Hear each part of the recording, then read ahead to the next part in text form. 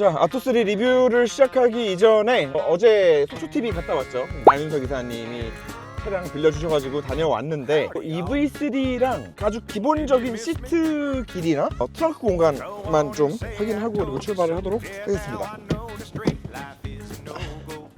자, 일단 트렁크부터 빠르게 보죠. 자, 트렁크. 자, 깊이 내주세요. 깊이 EV3가 76. 아토는 짐을 아직 안 뺐어. 아토가 81, 5cm 더 깊고 와이드는 어딜 기준으로 줘야 돼 이거?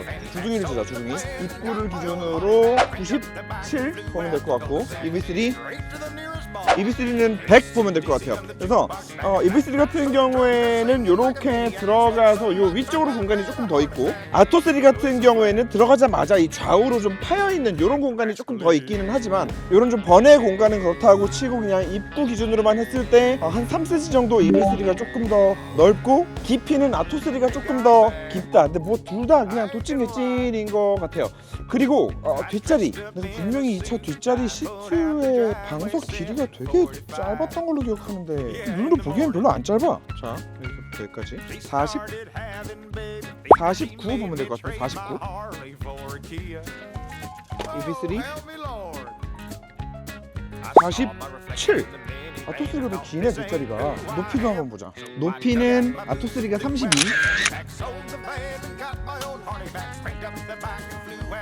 그리고 EV3는 33.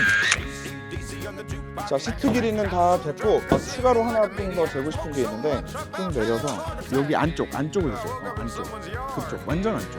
그쪽에 딱 붙여가지고 차가 좀 기울어졌는데 이렇게 135. 오케이, 저쪽으로. 얘도 마찬가지로 얘는 131. 궁금증이 풀렸어. 앞쪽 운전석 쪽 도어 트림부터 도어 트림까지 젠 사이즈는 운전하면서 좀 설명을 드려보는 걸로 하겠습니다. 자, 출발. And I dug out my boots and threw out the fanny pack, sold the van and got my own Harley back, picked up the bike and flew out the cul-de-sac. AC/DC on the jukebox, back in black, got so drunk I singing like a maniac, smoked so much I about had a heart attack. So hang on to your hats.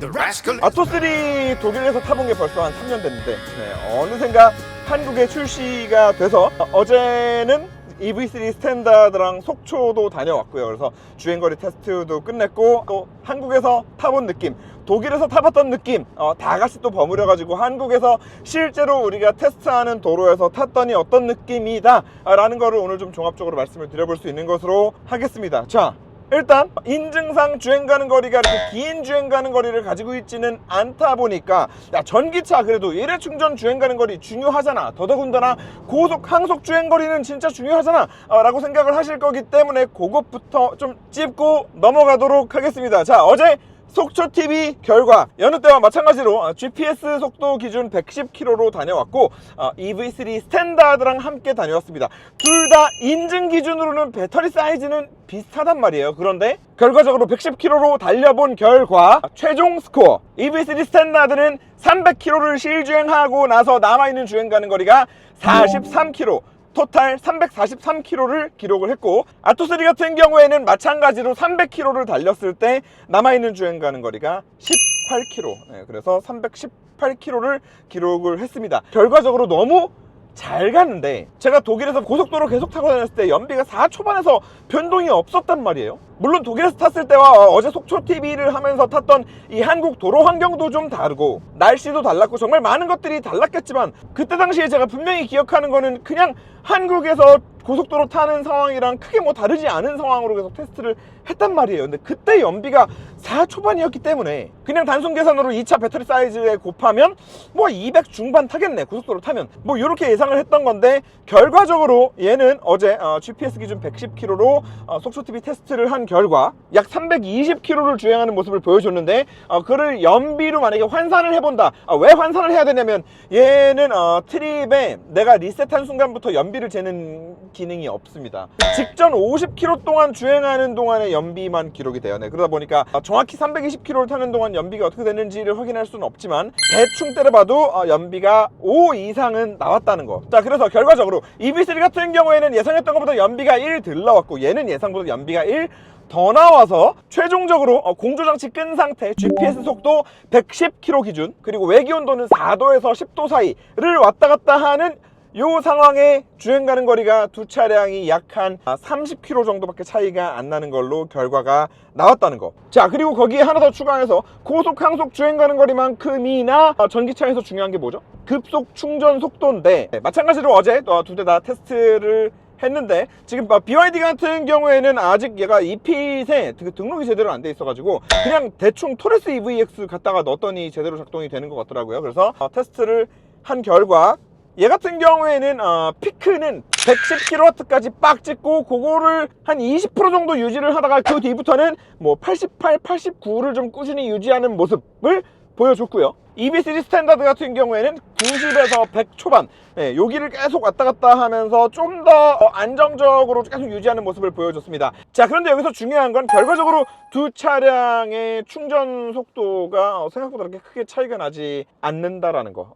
어쨌든 초반에는 BYD가 조금 더 피크를 높게 찍는 부분이 있기 때문에 이거를 결국에는 평균을 내면은 충전 속도는 비슷하지 않을까라는 생각을 하는데, 그래서 중요한 건 저번에 아토3 살 바에는 EV3 스탠다드 깡통 사고 말지 라고 말씀드렸던 그 생각에 변화가 있냐 라고 한다면 그 생각에는 변함이 없습니다. 그래서 그 이유를 하나씩 좀 설명을 드려보도록 하겠습니다. 자, EV3 스탠다드랑 비교했을 때 주행 가는 거리, 뭐 충전 속도도 차이가 크게 없는데 왜 아직도 EV3 스탠다드 깡통을 사라고 추천하냐? 그 첫 번째 이유는 바로 고속 안정성 그리고 승차감입니다. 자, 혹시나 아토3가 한국에 들어올 때는 조금 서스펜션 튜닝을 다르게 해서 들어올까 좀 기대를 했는데 전혀 그렇지 않습니다. 얘는 고속도로에서 차선 변경을 하기 정말 무서운 차량이에요. 일단 기본적으로 아토3는 롤이 굉장히 심한 차량입니다. 그래서 그냥 울퉁불퉁한 저런 한쪽만 올라와 있는 범프들을 만나면 그냥 차가 좌우로 사정없이 출렁거립니다. 그리고 방금처럼 저는 고속 코너에서 좌우로 출렁거리는 게 그냥 그대로 차선 변경할 때도 나타나는데, 일단 서스펜션이 눌릴 때나 펴질 때나 속도가 다 굉장히 느려요. 그래서 그냥 쉽게 생각했을 때 지금 이 서스펜션이 가지고 있는 그 움직임의 한계 속도를 뛰어넘는 속도로 차의 거동을 확 몰아붙이면 차가 먼저 다 움직이고 난 다음에 그 다음 서스펜션은 한 박자씩 늦게 움직이면서 따라오는 거예요. 그러다 보니까 차선 변경이 다 끝났는데도 차는 한 박자 늦게 머리가 움직이고 있고, 들어가다가 다시 나오는 모션이라도 주면은 오른쪽 앞바퀴에 여지없이 전자제어가 바로 개입을 해야 될 정도로 롤이 심합니다. 자, 그런데 그렇기 때문에 이 차가 너무 위험하다라고까지 얘기하고 싶지는 않아요. 왜냐면 내 차의 특성을 알고 누구나 운전을 이 차를 하다 보면 이 차의 한계는 여기까지구나, 이 이상은 운전을 하면 안 되는구나, 이렇게 하면 위험하겠구나 라는 거를 사람이라면 동물적인 감각으로 그냥 누구나 알 수 있습니다. 그렇기 때문에 그냥 이 차가 가진 포텐셜을 느끼면서 그거에 맞춰서 운전을 한다면 전혀 문제될 거는 없을 거라고 봐요. 저도 어제 이 차 테스트 끝나고 돌아올 때 최고 속도 찍어보고 계속 고속도로에서 빠르게도 달리면서 와봤어요. 근데 사고 안 난단 말이야. 왜냐면 내가 이 차로 고속도로에서 140, 150으로 칼질하고 다니다가는 내가 죽을 것 같다라는 그 동물적인 직감이 있기 때문에, 그렇기 때문에 고속으로 달리다가도 앞에 차가 갑자기 튀어나온다라고 하면은 차선을 피하는 게 아니라 브레이크, 감속 후에 어느 정도 한 110, 120까지는 속도를 떨어뜨려 놓은 상태에서 차선 변경을 하고, 사람이 자동적으로 그렇게 되기 때문에 위험하다고 생각하지는 않아요. 저는 이게 뭐가 문제라고 생각을 하냐면 결국에는 승차감에 안 좋은 영향을 미치기 때문에 마이너스 요소다라고 생각을 하는 사람입니다.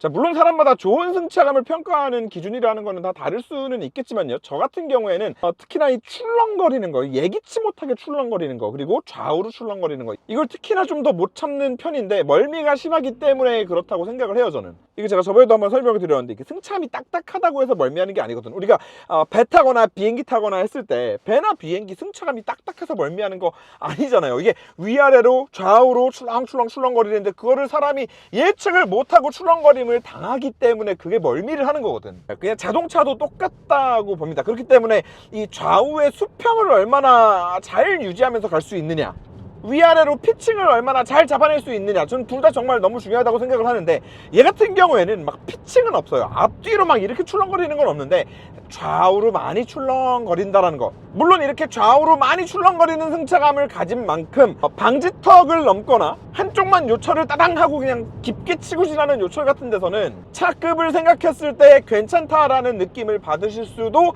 있을 것 같아요. 그런데 지금도 이렇게 꽤 각이 좀 서 있는 방지턱이나 맨홀도 이제 저속에서 이렇게 치고 지날 때는 출렁출렁 그냥 부드럽다라고 느낄 수 있을 것 같아요. 큰 방지턱도 그 새 차인데 알 수 없는 어디선가 계속 찌그덕거리는 소리가 나는 것만 제외하고 난다면, 이런 큰 방지턱을 넘을 때의 느낌은 사실 EV3랑 비교했을 때 크게 뭐 다르다는 느낌을 받기 어려운, 그냥 데일리카로 쓰기에 나쁘지 않은 느낌을 가지고 있다는 거. 자, 문제는 EV3 같은 경우에는 지금 이런 데서 부드러운 느낌을 만들어 주면서도 고속도로에서나 어느 정도 속도가 있는 상황에서 산길을 올라가든 뭐 고속도로를 가든 그냥 국도 와인딩을 하든 뭐 어디든 간에 그래도 뒷자리에 앉은 사람도 운전만 똑바로 해준다라고 하면은 멀미 없이 다닐 수 있을 정도의 롤 억제력을 보여줬다라고 하면, 얘는 운전자가 아무리 노력해도 차는 계속 머리를 좌우로 흔든다는 거. 그래서 아무리 전기차고 뭐 무슨 급의 차를 사고 뭐 이런 거 다 필요 없이 어쨌거나 그 급에서 저는 승차감을 중요하게 생각하시는 분들이라면 저는 EV3로 가는 게 그래도 더 현명한 선택이 될 거다라는 말씀을 일단 첫 번째로 좀 드리고 싶고, 그리고 이제 그 외적으로 이제 많은 부분들이 있는데 이게 어찌 보면 하나하나가 다 마이너한 것들이라고 생각하실 수 있지만, 저는 이거를 이제 하나하나씩 다 말씀드리면서 묶어서 결국에는 생각을 하셔야 된다라고 생각을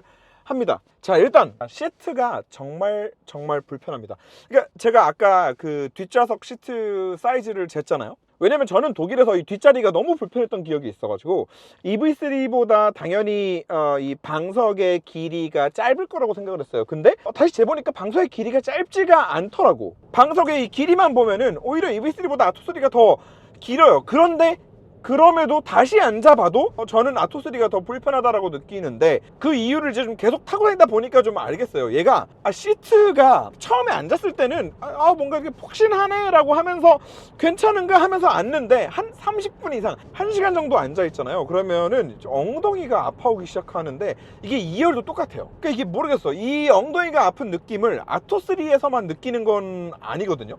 중국에 가가지고 타봤던 다른 중국 차량들도 뭔가 처음 앉으면은 전체적으로 푹신푹신하게 만들기는 했는데, 전체적으로 엉덩이랑 이 허벅지 쪽이랑 전체적으로 이 하중을 좀 잘 분산시키는 이 테크놀로지는 없는 거 아닌가. 이 자동차 시트가 정말 상상하는 이상으로 많은 기술들이 집약되어 있는 부품이거든요. 그리고 현대기아 같은 경우에도 이 3세대 플랫폼들이 나오면서 이 시트의 느낌이 정말 비약적으로 엄청나게 많이 성장을 했는데, 아직 중국 차들은 이 시트의 디테일까지는 챙기지 못하고 있는 느낌이 전반적으로 좀 많이 듭니다. 꼭 얘뿐만 아니라 중국에 넘어가서 다른 많은 차를 타봐도 시트에서는 좀 다 비슷한 느낌을 받았어요. 그래서 어제도 속초TV 한다고 한 3시간 이상 차에 앉아 있었잖아요. 엉덩이에 데미지가 좀 많이 간다. 자, 그리고 주행보조 장치. 주행보조 장치가 차선의 중앙을 얼마나 잘 유지하고 가느냐에 있어서는 굉장히 괜찮습니다. 현대 뭐 HDA1이든 2든 차선 중앙을 얼마나 잘 유지하느냐만 놓고 보았을 때는 큰 차이는 나지 않는 것 같아요. 뭐가 문제냐면 차선 중앙을 잘 유지하고 가요. 중앙을 잘 유지하는데 어느 순간 갑자기 놓을 때가 있어요. 그리고 그 놓는 케이스가 두 가지 케이스인데, 일단 첫 번째는 얘가 사람이 스티어링을 잡고 있는지 아닌지를 판단하는 거를 이제 컬럼에 걸리는 토크, 무게로 감지를 합니다. EV3 같은 경우에는 정전식으로 감지하기 때문에 걔는 그런 문제가 없는데, 얘는 지금 토크로 감지를 한단 말이죠. 근데 문제는 이 토크 감지를 똑똑하게 못해요. 그래서 스티어링을 잡고 있는데 계속 잡으라고 뜨다가 나는 계속 잡고 있는데 갑자기 휙 나와버려. 이렇게 도는 케이스가 이제 하나가 있고, 또 하나는 라이브 할 때도 나왔는데 코너링 상황이나 자기가 차선을 제대로 읽지 못하는 상황이 됐을 때, 그때 갑자기 픽 하고 나버리는데, 특히나 이게 코너 상황에서 픽 하고 놓는 거는 그냥 스르륵 놓는 게 아니라 빵 하고 놓기 때문에, 라이브 때도 영상에 얼마나 이게 잘 담겼는지는 모르겠지만 진짜 반대쪽으로 차가 갑자기 휙 기울 정도로 갑자기 확 나버려요. 그리고 그냥 이렇게 일자로 쭉 뻗은 도로에서도 자기가 뭔가 차선이 제대로 인지가 안 된다라고 하면은 놓는데, 문제는 이 두 번째 케이스로 놓는 상황들이 알람을 안 해주면서 그냥 놔요. 예전에 현대차도 초창기 때 이런 문제들이 있었거든요. 놓으면 놓는다고 알람을 해줘야 되는데 알람을 안 해주고 그냥 놓는 거야. 그래서 EV3 스탠다드 깡통에 그냥 기본으로 들어가 있는 차선 중앙 유지 장치, 주행 보조 장치랑 종합적으로 비교를 했을 때 어쩔 수 없이 좀 떨어지는 부분들이 좀 보인다라는 거. 근데 이 안전에 좀 직결되어 있고, 요즘에는 주행보조 장치 너무나 또 활용들을 많이 하시다 보니까 좀 중요한 포인트라고 생각이 들고, 자, 그리고 스티어링이 가벼운데 문제는 고속으로 올라와서도, 그리고 코너링 상황에서도 계속해서 시종 일관 가벼워요. 그래서 이건 이제 아까 승차감과 조금 더 연결되어 있는 부분이기도 한데, 가뜩이나 차가 출렁거리면서 좌우로 롤이 좀 있는데 스티어링을 똑바로 제대로 부드럽게 컨트롤을 운전자가 안 해주면 그 좌우의 움직임이 조금 더 격해질 수 있다는 거. 자, 그리고 이 스티어링 사이로 보이는 이 컬럼에 붙어있는 클러스터, 이 클러스터를 컬럼에 붙여놓는 것 자체는 저는 굉장히 좋은 선택이라고 봅니다. ID4도 그렇고 이 자리에 붙어있는 많은 클러스터들이 내가 스티어링의 높이를 어떻게 세팅을 하건 얘랑 따라다니다 보니까 시야를 가릴 일도 없고 한눈에 들어와 가지고 굉장히 좀 이 위치적으로나 여러 가지로 굉장히 괜찮기는 하지만, 얘는 좀 이 작은 화면에 너무 많은 걸 담고 싶어 했던 것 같아요. 이 클러스터의 위치 자체는 괜찮으나 안에 UI 디자인이 완전 너무 별로다. 그리고 요거는 남성 운전자분들께 좀 유독 더 좀 와닿을 수도 있는 그런 내용인데, 제가 아까 딱 여기서부터 저기까지의 거리를 아까 처음 시작할 때 쟀는데, 이거 왜 쟀냐면 여기가 딱 남자들 다리 쩍벌 했을 때 다리가 딱 닿는 공간이거든요. 여기서 다리가 막혀. 근데 EV3도 그렇고 얘도 그렇고 둘 다 운전을 해보면 EV3 운전할 때는 좌우 폭이 운전석에 앉았을 때 굉장히 좀 여유가 있다라는 느낌이었는데, 얘는 좀 답답한 거예요. 그래서 그 느낌이 계속 있는 게 이상해가지고 재보니까 이 옆이 좀 답답하다. 그리고 이 답답함의 정도가 뭐 캐스퍼까지는 아니지만 저 같은 경우에는 운전하면서 조금 답답함을 살짝 좀 느꼈었기 때문에, 이게 단지 뭐 차 외형 껍데기의 사이즈 자체는 얘가 뭐 수치적으로 조금 더 큰 부분들이 있을지 모르겠으나, 이 실내 거주 공간으로 들어와서의 사이즈는 또 좀 다른 얘기라는 거 또 좀 한번 말씀드리고 싶었고요. 자, 그리고 뭐 마지막으로는 이제 디자인적인 것들인데, 이 일단 스티어링의 이 커다란 BYD 이거 좀 미쳐버릴 것 같고, 여기 이 송풍구 요 날개 좀 미쳐버릴 것 같고, 여기 고래 등껍질 미쳐버릴 것 같고, 야간에 앰비언트 라이트 좀 돌아버릴 것 같고, 기타줄도 좀 힘들다.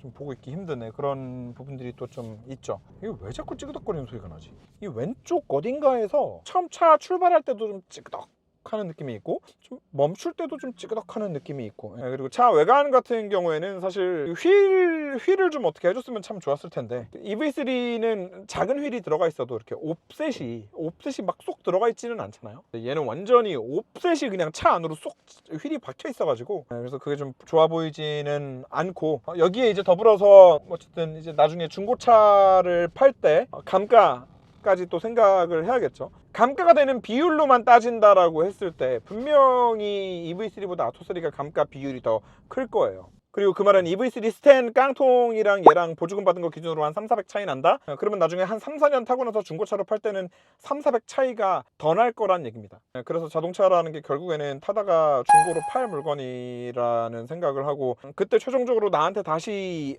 얼마가 다시 돌아올 수 있느냐까지 생각을 한다라고 했을 때, 과연 아토3의 지금 이 정도 가격 책정, 이 정도 가격 갭이 과연 이게 가성비가 있는 가격이라고 볼 수 있는 게 맞는가? 계속해서 그런 생각이 들 수밖에 없는 대목인 것 같고요. 추가적으로는 센터 AS망도 굉장히 큰 영향을 미치겠죠. 자, 그래서 전체적으로 좀 정리를 해보라면, 물론 주행 가는 거리 면에 있어서나 충전 속도 면에 있어서나 EV3 스탠 깡통이랑 그렇게 큰 차이가 나지 않는다라는 사실을 확인했기 때문에, 이전에 말씀드렸던 것처럼 아예 밑도 끝도 없이 볼 것도 없이 다른 거는 생각할 것도 없이 그냥 무조건 EV3지 정도라고까지 강하게 말씀드릴 수는 없을 것 같기는 하지만, 그럼에도 내가 내 돈 주고 3천만 원 언저리에서 이런 컴팩트 EV를 구매한다라고 생각했을 때 EV3 스탠다드 깡통이라는 훨씬 더 훌륭한 대안이 있다라는 생각을 저는 하기 때문에, 여전히 이 아토3는 제 기준에서는 실구매 가격 한 2천만 원 중반대까지는 좀 빠져줘야 그래도 이 모든 것들을 감내하고 구매할 수 있는 메리트가 좀 생기지 않을까.